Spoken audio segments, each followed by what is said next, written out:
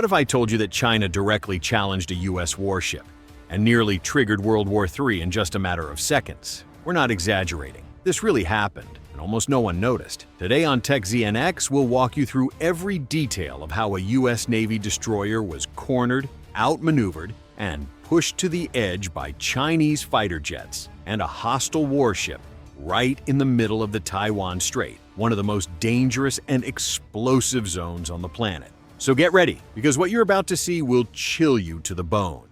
Let's begin.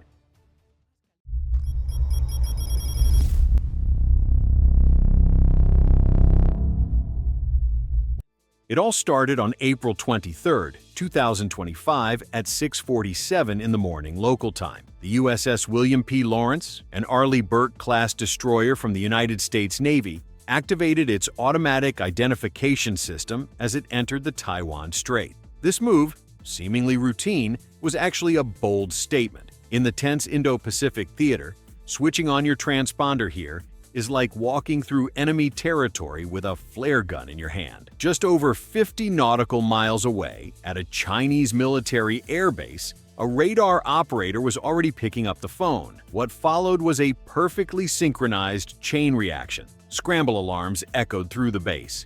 It was Chinese Navy Day, and the presence of an American warship in such a sensitive area was not just a provocation. It was seen as a strategic intrusion on a national holiday. Two J-16 fighter pilots, breakfast half-eaten, sprinted to their jets. Within seconds, technicians had removed the safeties from 4 PL-10 and 2 PL-15 air-to-air missiles per aircraft. No anti-ship missiles. And that's the key detail. They weren't there to attack. They were there to prove that they could. Meanwhile, inside the Combat Information Center of the USS William P. Lawrence, the Aegis combat system began deploying its sensor web, integrating radar, sonar, satellites, and allied links to form a three-dimensional combat panorama covering up to 250 nautical miles. Everything moving across air or sea lit up the ship's displays, from commercial flights departing Taipei to tiny local fishing boats.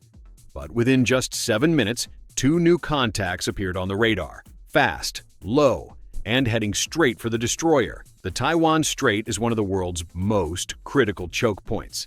At its narrowest, it spans only 130 kilometers.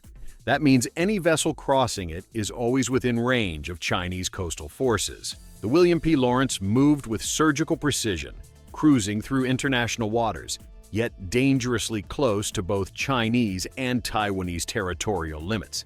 It was a tightrope, a tense balance, where every meter mattered. At 6:52, the J-16 fighters were airborne. As they climbed, their systems powered up. At 10,000 feet, their Type 1475 AESA radars came online. These Chinese-designed radars are technical marvels.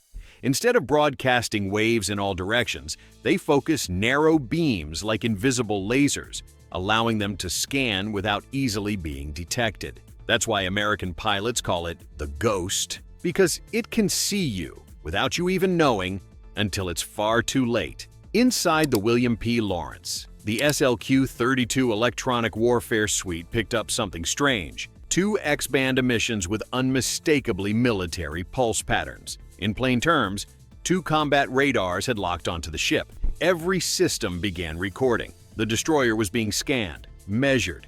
In military jargon, it was being illuminated, which means one thing: they were calculating firing solutions. No missiles had been launched, yet. At 7:11, the first J-16 made a radical move. Flying at 20,000 feet, it inverted and dove aggressively toward the ocean, locking its approach vector directly on the American destroyer. Through the helmet-mounted display, the pilot could see the William P. Lawrence glowing like a Christmas tree in the electromagnetic spectrum. Its WMD-7 optical targeting pod locked onto the destroyer's superstructure, making even the identification numbers on the hull visible in sharp, lethal clarity. At 500 feet above the water, the fighter leveled off. Speed, roughly 450 knots. At that altitude, the air is dense, and any error could be fatal. One misstep, and the jet crashes into the ocean. But the pilot didn't flinch. He knew what he was doing. Each data point transmitted by his pod was a silent threat. Distance, speed, angle, time to impact. If he'd been carrying YJ-83 anti-ship missiles, the USS William P. Lawrence would have been sunk in seconds. Inside the destroyer, the SPY-1 radar tracked the trajectory. The Aegis system started calculating fire solutions for the RIM-162 ESSM missiles locked in the vertical launch cells. Everything is automatic. It identifies the threat, selects the cells, prepares for launch, but it didn't fire. Because the rules of engagement were crystal clear: fire only in self-defense. And no matter how close the J-16 came, it hadn't fired a shot. The Chinese pilot knew that. He'd studied U.S. combat doctrine.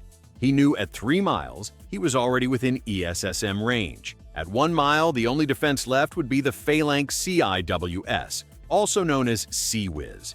It's a 20mm automatic cannon, firing up to 4,500 rounds per minute. It's the ship's final line of defense. Meanwhile, the second J-16 kept a formation 5 miles out, creating a bracket formation where if the destroyer locked onto one, the other could strike freely. A classic Cold War tactic now executed with 21st century precision. At 7:13, the first fighter roared past the destroyer at under 1,000 feet. Its afterburners lit up. The ship vibrated as if hit by a shockwave. Anemometers registered 95 knots of wind force.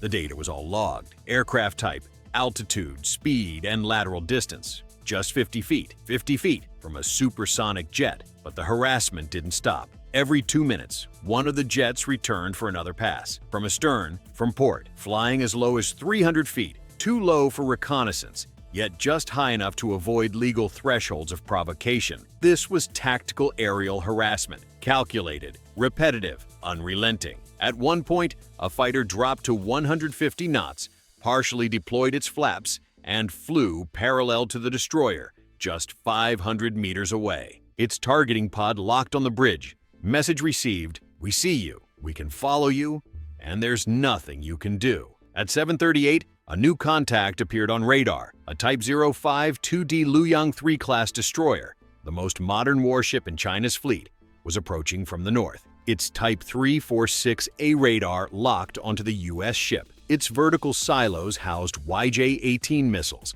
capable of reaching Mach 3 in their terminal phase. If even one launched, the American ship would have mere seconds to react. At the same time, 2 fresh J-16s arrived from the mainland. New pilots, full fuel tanks.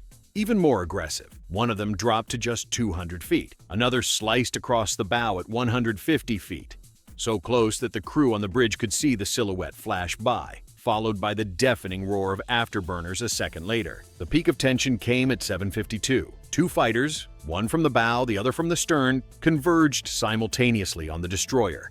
One dove to 120 feet, the other buzzed at 500 feet above the waterline. The Sea-Whiz auto-activated, cannons spun up, radar locked on. The weapons began to warm. The tactical officer held his hand over the launch trigger. 5 eternal seconds. That close to war. That close to World War III. And then, just like that, the fighters pulled up. The Chinese destroyer slowed down and changed course. The USS William P. Lawrence continued southward at 18 knots. Its systems remained on full alert, but the direct threat had passed. Still, no one on board felt like they had won, because it wasn't a victory. It was a warning, a surgical demonstration of power, of calculation, of psychological dominance, proof of how far China is willing to go without firing a single shot. And all of this happened in a single morning, while you were sleeping.